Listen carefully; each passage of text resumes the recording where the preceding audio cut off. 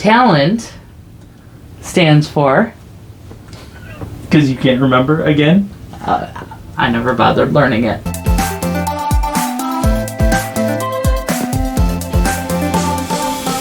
Hey painting pals! Welcome back to Mandy's Minis, where we put big creativity into small scale talent. I already told you I don't have any. Well, supposedly everybody has some talent.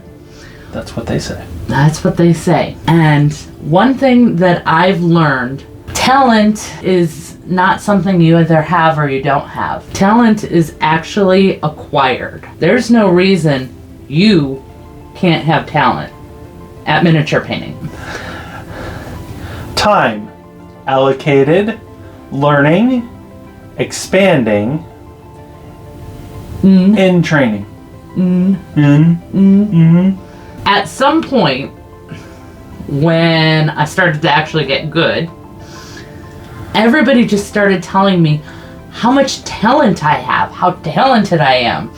I am such a talented artist. What you don't know and what you don't see is how much time was invested into getting that good and therefore having that talent.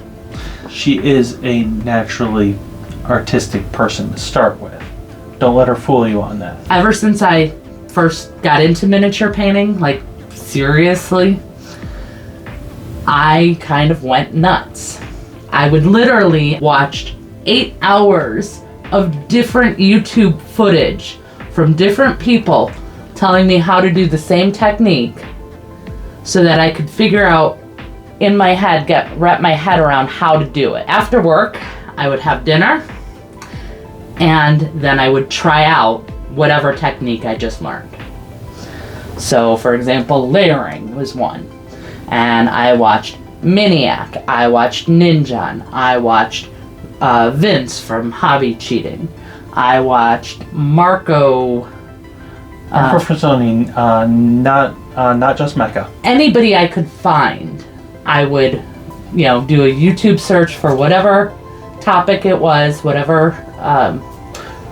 Even more than a few fine art painters. Yes. Because they've got a lot of good stuff that a lot of mini painting overlooks. When I started with just the techniques, the miniature painting techniques, and I would watch all of those, and then I would spend 4 hours that night trying it out and figuring it out. And if I couldn't get it, because there were times I didn't get it. After all that, like I was still like, I don't get it. I don't know what, I can't make this happen. I'm sure that's familiar to you. Like, they make it look so easy. I don't understand. So then I'd go back and rewatch and the next day and try and see, what did I miss? What didn't happen between their technique and mine? And then that night I would go at it again until I got it. Skin tones. When I decided to focus and learn, I watched Vince. You guys know I love Vince, Hobby Cheating. I watched his tutorial. I grabbed a figure that was very similar to the exact one he was painting. And I tried to paint along. And I spent a whole day just trying and getting frustrated and hating it and going, no, this isn't right. And I almost threw the figure across the room. I got so mad. I'm screaming at him. It was a nightmare. I was just so miserable. I put the thing away and I didn't touch it. I didn't touch it for another month. And then I came back and I tried it again. I still kept at it. And that skin tone is absolutely amazing and beautiful and gave me the foundation to be able to continue and move on with the learning. That's all it is. You have to put in the time. That's why that's the first thing. Talent. Time. It's the time it takes you to practice, to really get that understanding.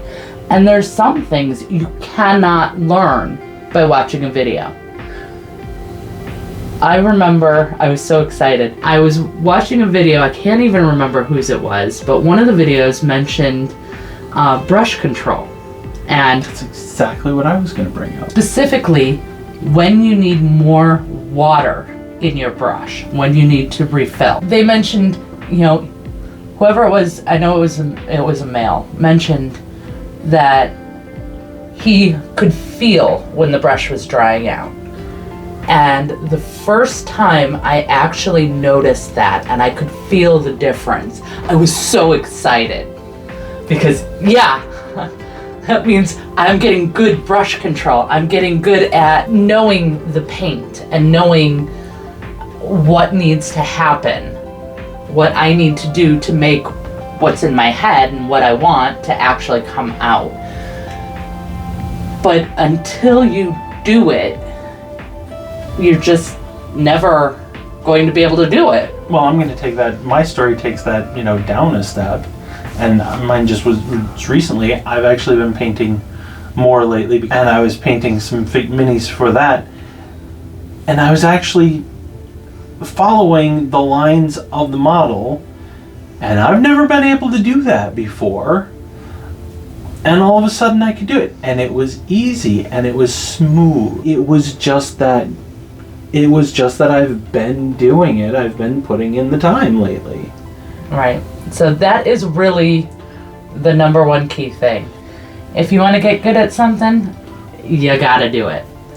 To get back to the other point, was after I finished all the technique, which were, like wet blending and layering and, all the technical terms, then I went to fine arts and I started learning color theory and working on those aspects.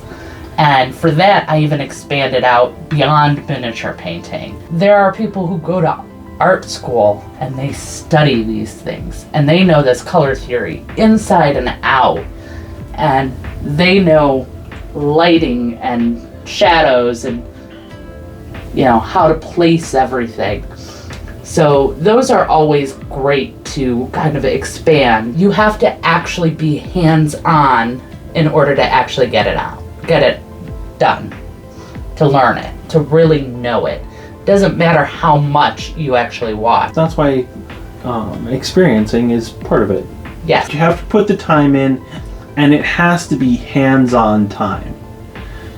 You can get the idea, a starting point from a video, from a instructional booklet, from a photo montage on Instagram. But if you're not putting paint on a model or whatever it is you're doing and want to do better, you're never going to get there. And more than that, you have to be actively trying to learn.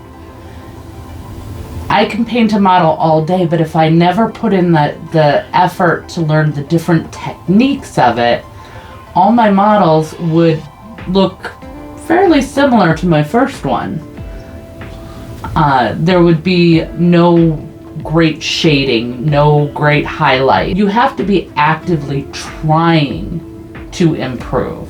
It's not good enough just to do it. There are people who paint for years. I've been, miniature painting for 20 years now. And they have good models. But they have no interest in actually learning how to do those techniques that I'm talking about that actually, I think, improve my minis. And that's great. That's fine. There's no need for more. That's not important. No, if you like... What's important is having fun. Right, and I will always go back to Scott's phrase from the Trapped Under Plastic podcast live. If you want to rattle can a mini green and call it done, that's a painted mini. That qualifies. Right. It's yours. Do it how you want. If you are looking at Mandy's or anybody else's, you can get there. Yes.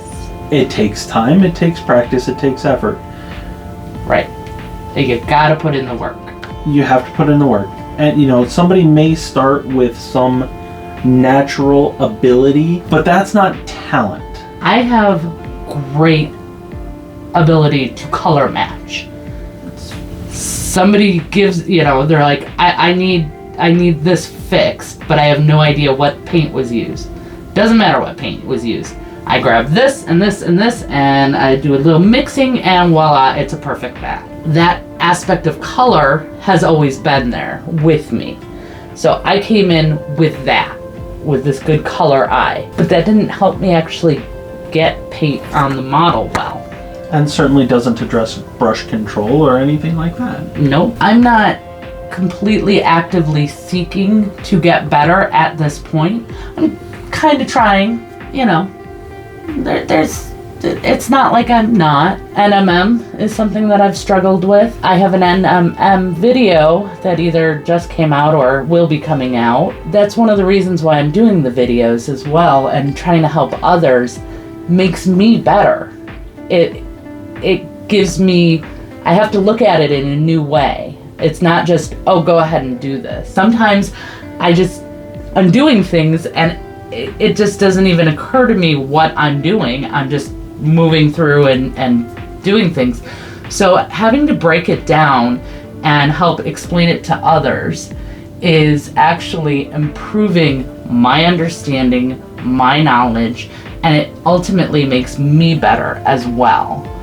So as much as I'm not actively out there trying to learn, I still am, because I'm still practicing, I'm still painting, I'm trying to help others with their improvement, and that's all going to come back to me as well. So as much as I'm always, I want to help, it's, there's a selfish aspect, but isn't that always true? Pretty much.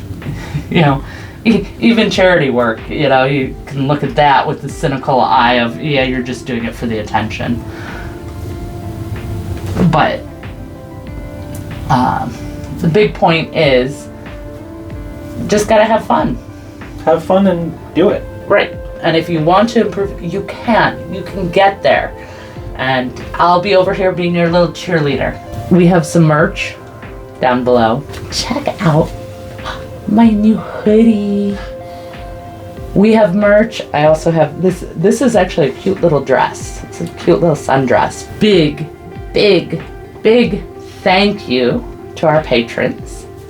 It is a fantastic community, and we really appreciate your support. And we really appreciate everybody who watches any video. We are, as he said, very excited that any of you have joined us. If you're interested in joining our community, we're on Facebook, Instagram. You can hit the subscribe button. Every subscription helps and is awesome. Like, share, join Patreon if you choose to. And we just love having all of you be part of our community and interacting with all of you. So thank you so much. Thank you. And until next time, have fun and keep creating. Bye-bye. Go get your paintbrush.